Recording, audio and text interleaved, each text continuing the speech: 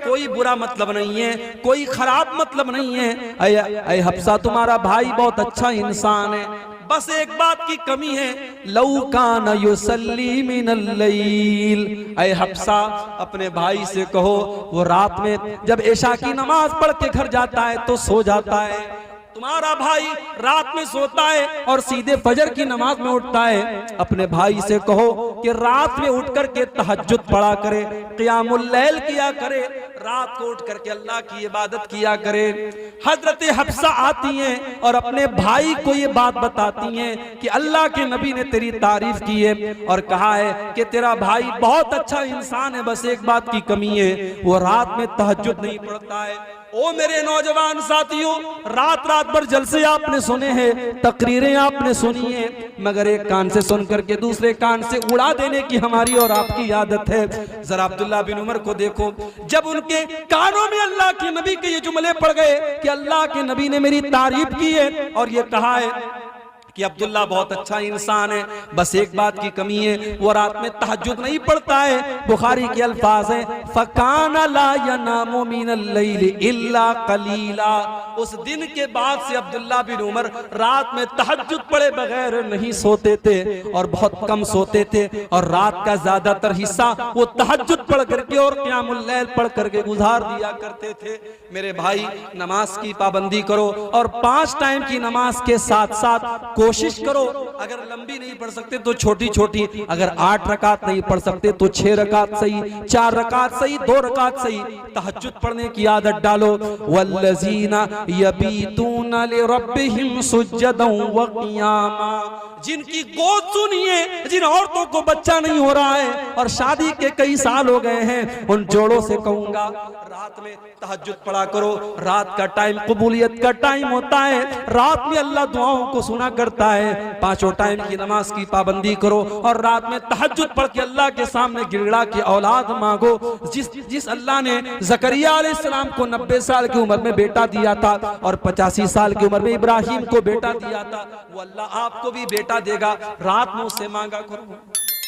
जिनके कारोबार में बरकत नहीं हो रही है, जिनके बिजनेस में लॉस हो जा रहा है, जिनको नौकरी नहीं मिल पा रही है, जो इम्तिहान में फेल हो जाया करते हैं, अपनी मेहनत करने के साथ साथ नमाज की पाबंदी करो मेरे भाई, और रात में तहज्जुद पढ़ने की आदत डालो। ये अल्लाह के स्पेशल बंदों की पहचान है। वल्लज़ीना यबीतूना लिरब्बिहिम सुज्जदन व क़ियामा। तो ये हो गई तीसरी पहचान, अल्लाह के खास बंदे रात में तहज्जुद की नमाज पढ़ते हैं। अच्छा, जब आदमी तहज्जुद पढ़ेगा तो बोलो वो आदमी बुरा होगा कि नेक होगा?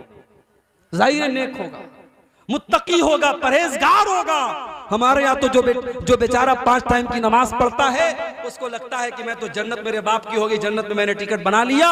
ये अल्लाह के खास बंदे तहज्जुद पढ़ रहे हैं, रात रात भर जाग रहे हैं, लेकिन उसके बाद भी वो अल्लाह से डरते रहते हैं। उनकी चौथी पहचान क्या है?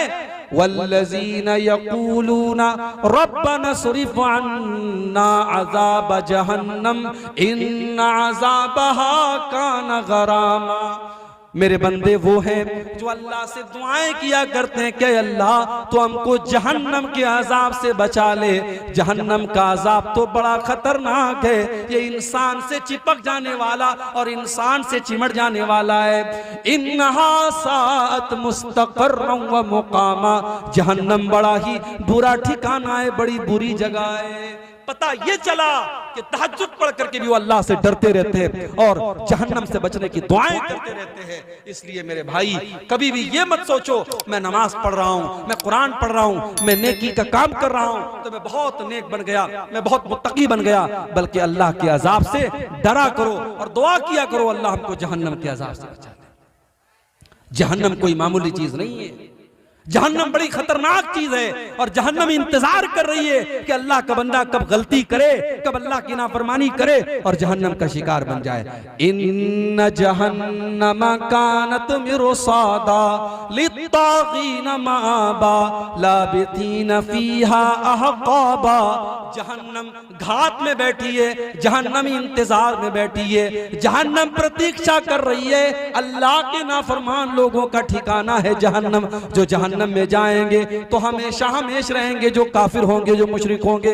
ला यज़ूक़ून फ़ीहा बरदन वला शराबा, जहन्नम के अंदर ठंडा पानी न मिलेगा, जहन्नम के अंदर गरम हवा और आग होगी और उनको कोई ठंडक नसीब न होगी, उनको कोई खाना न मिलेगा, कोई पानी न मिलेगा, खौलता हुआ पानी और पीपो मवाद उनको मिलेगा। तो रहमान के खास बंदे जहन्नम से अल्लाह की पनाह मांगते। 4 चीज हो गई, आगे बढ़ते हैं 5वीं चीज। बहुत गौर से सुनिएगा, इंशाअल्लाह आज की तकरीर में कुछ आपको दे के जाऊंगा, कुछ सीख करके यहां से आप जाएंगे। अल्लाह के खास बंदों की पहचान आपको बता रहा हूं, सब्र से और सुकून से आप बैठिए, इंशाअल्लाह ये टॉपिक पूरा करके मैं यहां से उठूंगा। 4 चीजें हो गई, 5वीं चीज वल्लज़ीना इज़ा अनफ़क़ू लम युसरिफ़ू व लम यक़तुरू व कान बैन ज़ालिका क़वामा।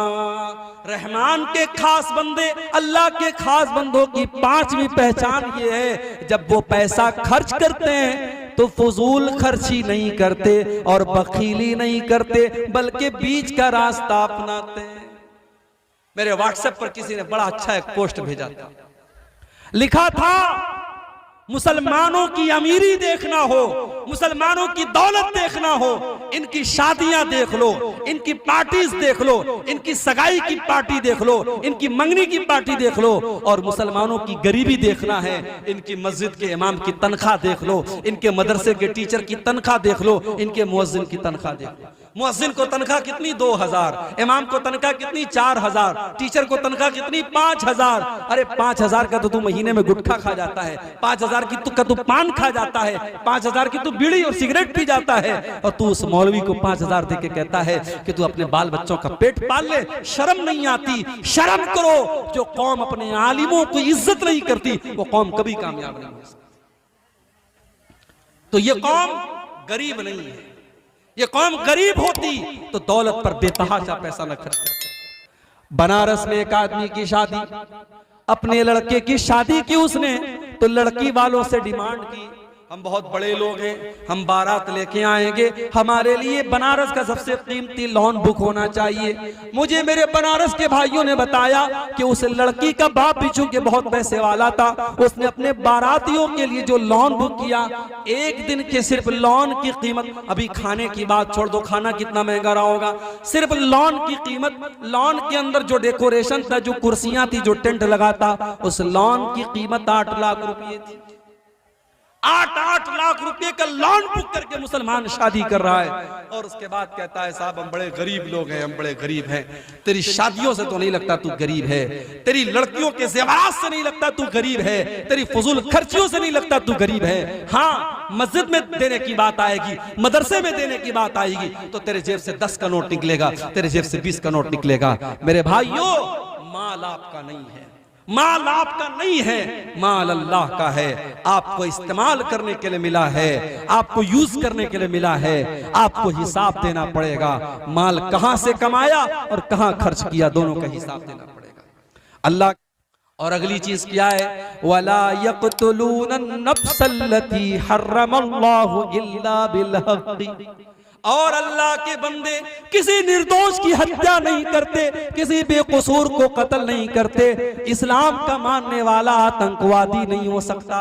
इस्लाम का मानने वाला वो इंसान है जिसने उत्तराखंड में सुरंग के अंदर फंसे हुए 15 नौजवान, 15 मजदूर 15 दिन से फंसे हुए थे, उन मजदूरों को निकालने वालों में एक मुसलमान लड़का कुरैशी, उसका नाम कुरैशी खान, उन मजदूरों को निकाला था। मेरे भाइयों, हमारा इतिहास रहा है, हमने जानों को बचाया है, हमने जान नहीं ली है। हमने तो देश को आजाद करने के लिए हमारे उलमा ने अपना खून बहाया है और काला पानी की सजाओं को झेला है। हाँ, इस्लाम का नाम लेकर के कोई अगर निर्दोषों की हत्या करता है, उसके लिए इस्लाम जिम्मेदार नहीं है, उसके लिए इस्लाम को ब्लेम नहीं किया जा सकता है। इस्लाम तो क्या कहता है, एक निर्दोष की हत्या करने वाला पूरी मानवता को कत्ल करने वाला है, मन कतल नफ्सन बिगैरि नफ्सिन औ फसादिन फिल अर्ज़ि फकअन्नमा कतल अन्नास जमीआ। एक इंसान की हत्या करने वाला पूरी इंसानियत का हत्यारा है। वमन अहयाहा फकअन्नमा अहयन्नास जमीआ। और एक इंसान की जान बचाने वाला पूरी इंसानियत की जान बचा रहा है। मुसलमान जान बचाता है, मुसलमान जान लेता नहीं है। और ये उत्तराखंड के उस नौजवान ने पूरी दुनिया को यह मैसेज दिया है। लॉकडाउन में मुसलमानों ने सफर से आने वाले मुसाफिरों को और मजदूरों को खाना खिलाया और पानी पिलाया, और सरकार ने और हुकूमत के लोगों ने और फिरका परस्तों ने उन्हीं लोगों को बदनाम किया और मीडिया वालों ने उन्हीं लोगों को बदनाम किया। नहीं मेरे भाई, मुसलमान इस देश में हमेशा जब भी कोई संकट आया, कोई मुसीबत आई, मुसलमान हमेशा साथ देने वाला और मुसीबतों में लोगों की मदद करने वाला रहा है। हमारा इतिहास इस बात का साक्षी रहा है, हमारी तारीख इस बात की गवाह रही है। वल्लज़ीना ला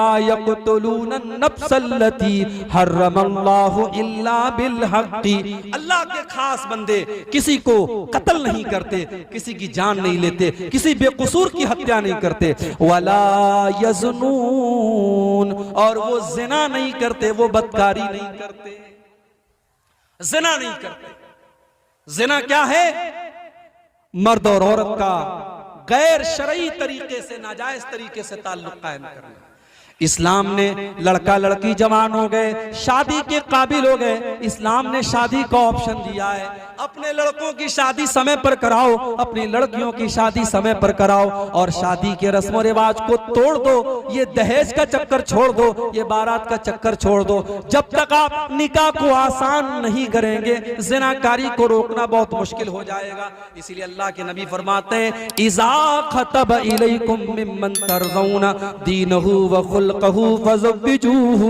जब तुम्हारी लड़कियों के लिए ऐसा रिश्ता आ जाए, लड़का दीनदार है, लड़का अच्छा अखलाक वाला है, लड़का अच्छे घर वाला है, अपनी लड़कियों की शादी उससे कर दो।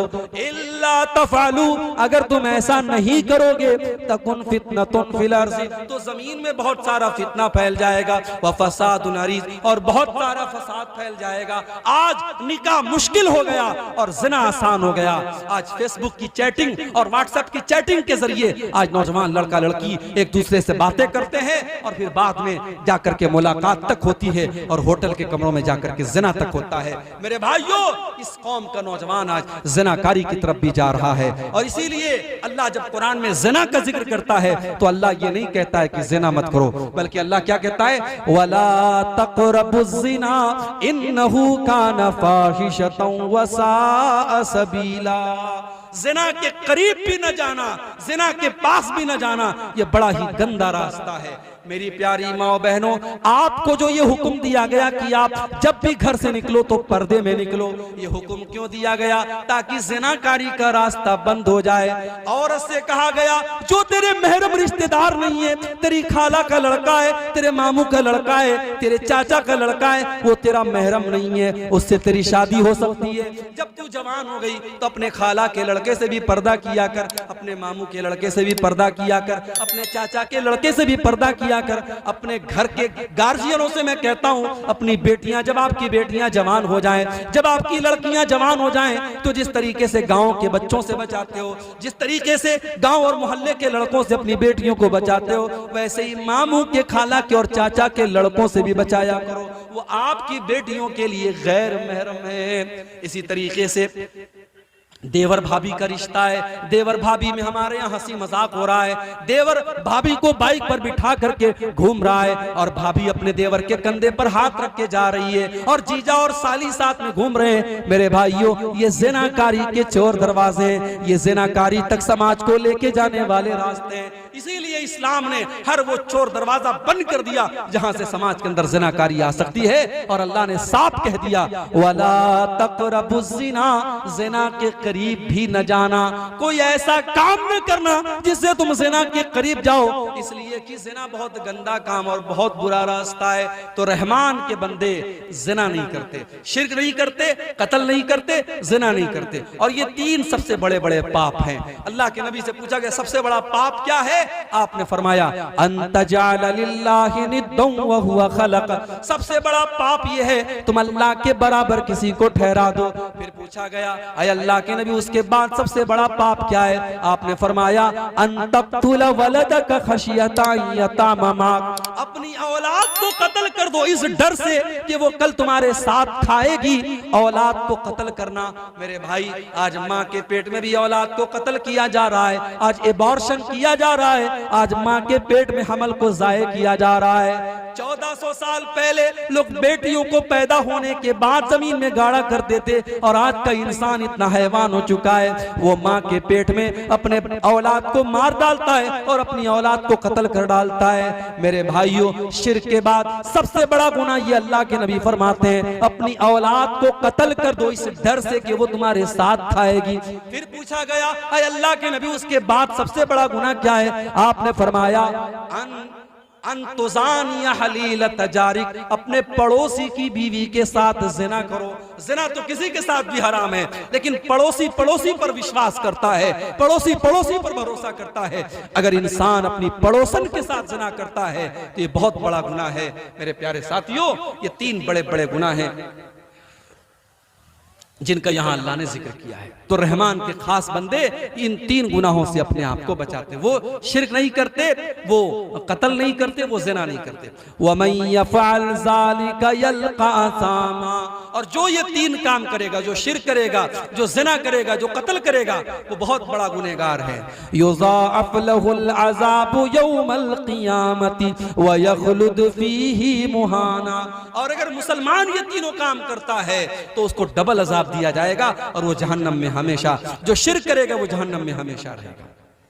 अब सवाल ये पैदा होता है, किसी ने शिर्क कर लिया, किसी ने ज़िना कर लिया, किसी ने कत्ल कर लिया, अब तौबा करना चाहता है, अब सुधरना चाहता है, तो सुधर सकता है कि नहीं? तौबा कर सकता है कि नहीं? उसकी वापसी का कोई रास्ता है कि नहीं? तो अल्लाह ने फरमाया इल्ला मन ताबा व आमन व अमिल अमलन सालिहा फउलाइका युबद्दिलुल्लाहु सय्यिआतिहिम हसनात। हाँ, जो तौबा कर ले, जो ईमान ले आए और जो नेक अमल करने लगे, पहले ज़िना करता था, पहले कत्ल करता था, पहले शिर्क करता था, अब ईमान ले आया, अब सुधर गया, अब अच्छा अमल कर रहा है, तो अल्लाह कह रहा है ऐसे लोगों के हम गुनाहों को नेकियों में बदल देंगे, उनके गलत कामों को हम नेकियों में बदल देंगे।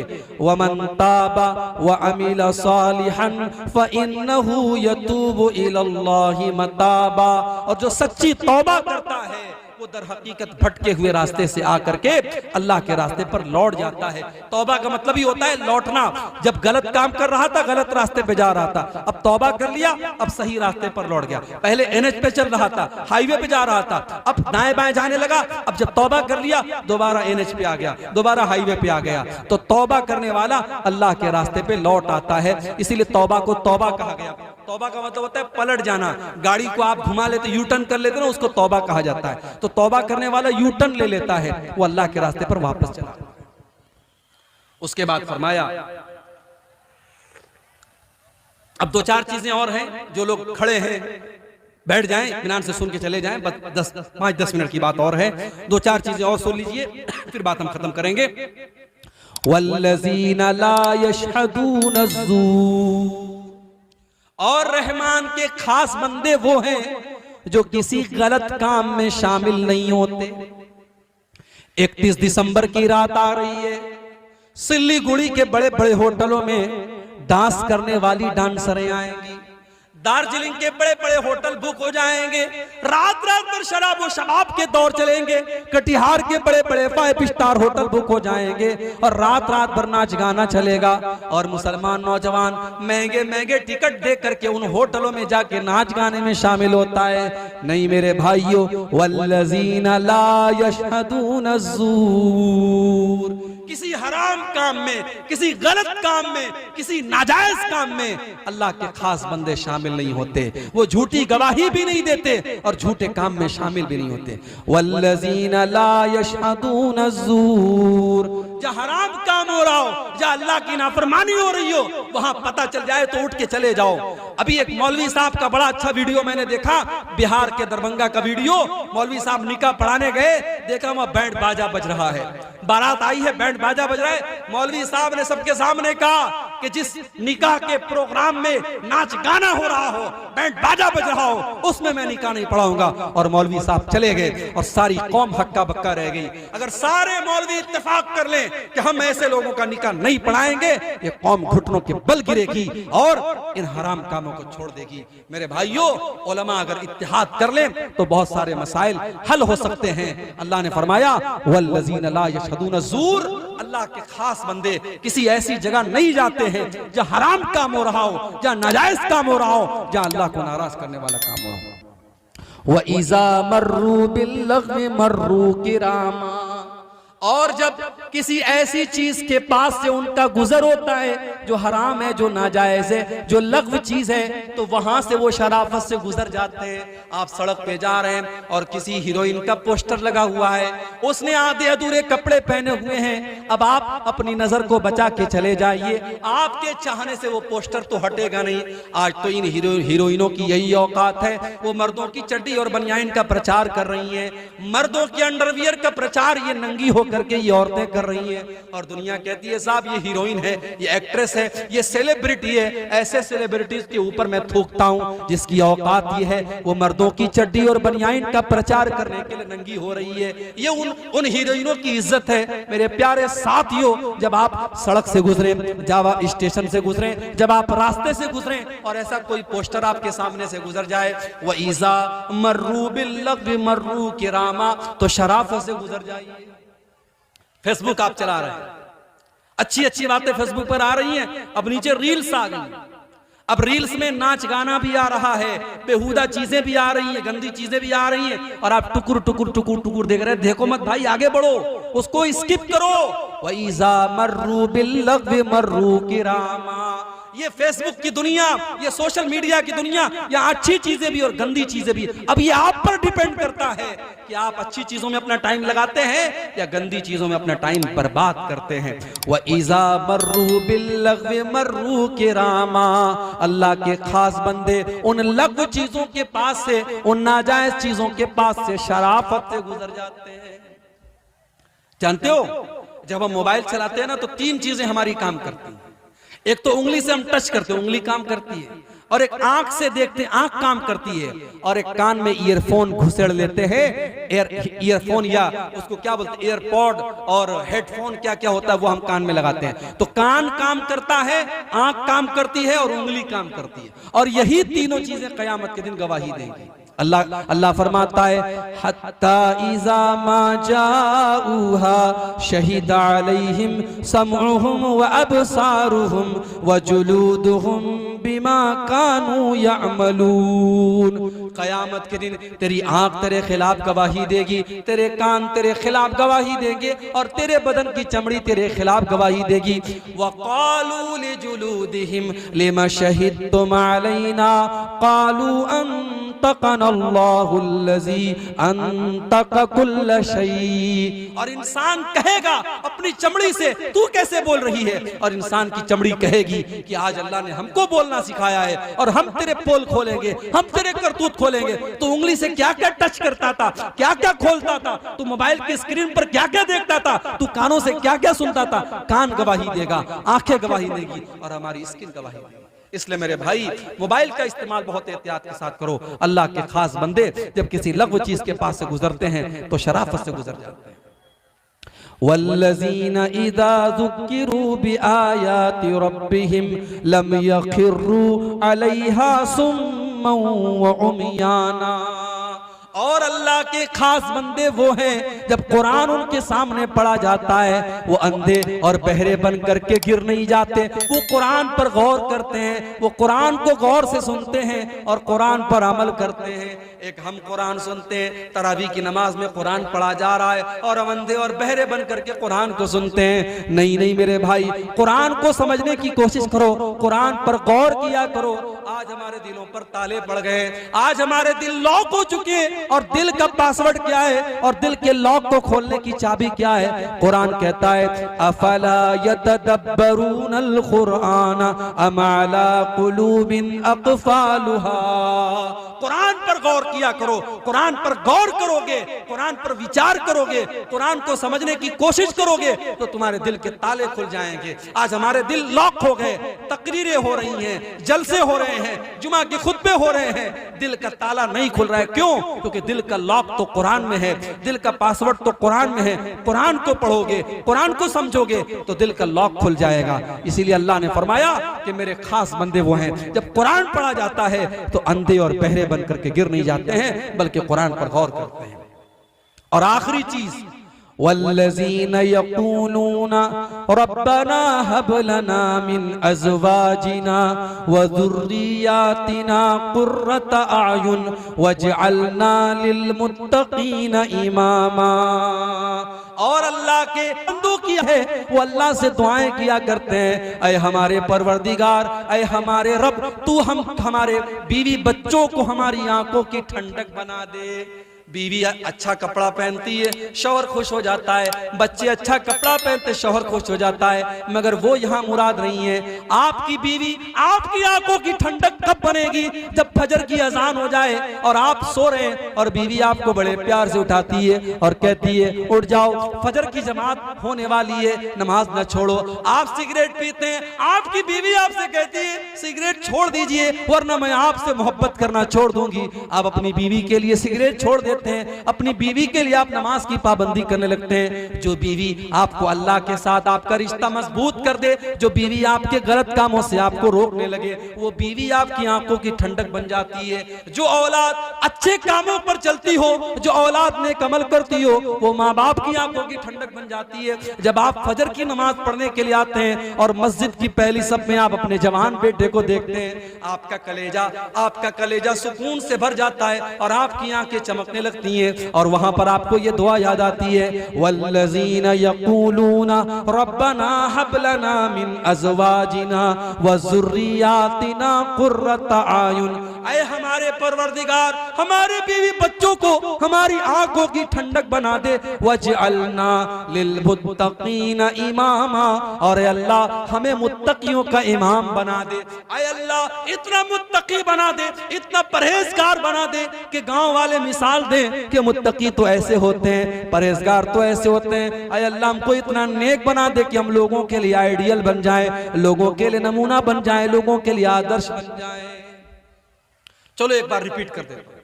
पहली चीज, जमीन पे नरम चाल चलते हैं। दूसरी चीज, जाहिल उनके मुंह लगते हैं तो सलाम कह के आगे बढ़ जाते हैं। तीसरी चीज, रात रात भर तहज्जुद पढ़ते हैं। चौथी चीज, जहन्नम से अल्लाह की पनाह मांगते हैं। पांचवी चीज, जब खर्च करते हैं तो फजूल खर्ची नहीं करते, बखीली नहीं करते, बीच का रास्ता अपनाते हैं। छठी चीज, शिर्क नहीं करते। सातवीं चीज, किसी निर्दोष की हत्या नहीं करते। आठवीं चीज, जिना नहीं करते। नवीं चीज, तौबा करते हैं। 10वीं चीज, किसी हराम काम में शामिल नहीं होते। 11वीं चीज, जब किसी गलत चीज के पास से गुजरते हैं तो शराफत से गुजर जाते हैं, उसमें इन्वॉल्व नहीं होते। और उसके बाद 12वीं चीज, वो जब कुरान पढ़ा जाता है तो अंधे और बहरे बन करके नहीं गिरते हैं। और 13वीं चीज, वो दुआ किया करते कि ऐ अल्लाह हमारे बीवी बच्चों को हमारी आंखों की ठंडक बना दे और हमें मुत्तकियों का इमाम बना दे। ये 13 चीज अगर हमारे अंदर पैदा हो गई, अल्लाह तबारक व तआला फरमाता है उलाइका युजज़ौनल फिरदौस उलाइका युजज़ौनल गुरफता बिमा सबरू व युलक़ौना फीहा तहियतन व सलामा। इनको जन्नत में कमरा मिलेगा, इनको जन्नत में रूम मिलेगा। अरे दुनिया के बड़े बड़े 5 स्टार होटलों में 10-10 हजार का, 50-50 हजार का एक दिन का रूम मिलता है।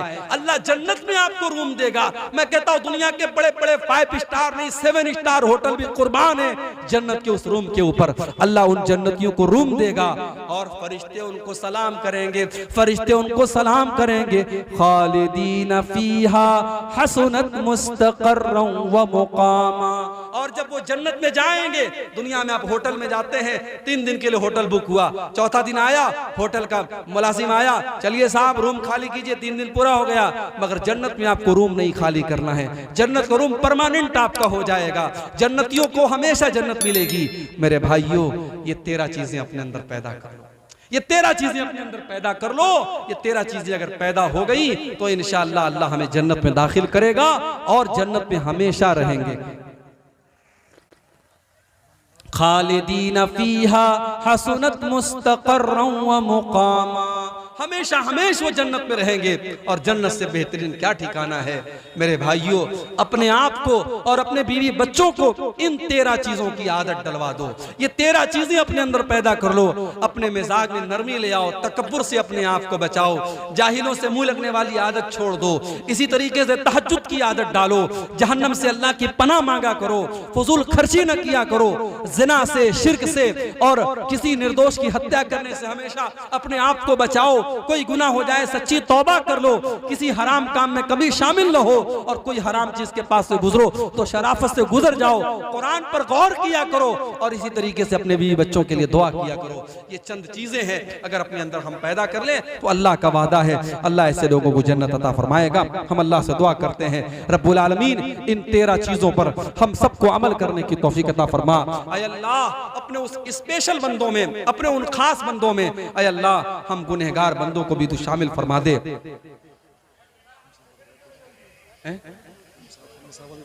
अच्छा भाइयों, आप जानते हैं, बताने की जरूरत नहीं है, बड़ी क्लियर बात है, जलसा आपके इलाके में मदरसे के चंदे के लिए होता है और कलेक्शन के लिए सिर्फ एक मौलवी साहब आए थे और मुझे लगता है जैसा कलेक्शन आप लोगों को करना चाहिए था, देना चाहिए था, वैसा आपने नहीं दिया है। बहुत अफसोस की बात है।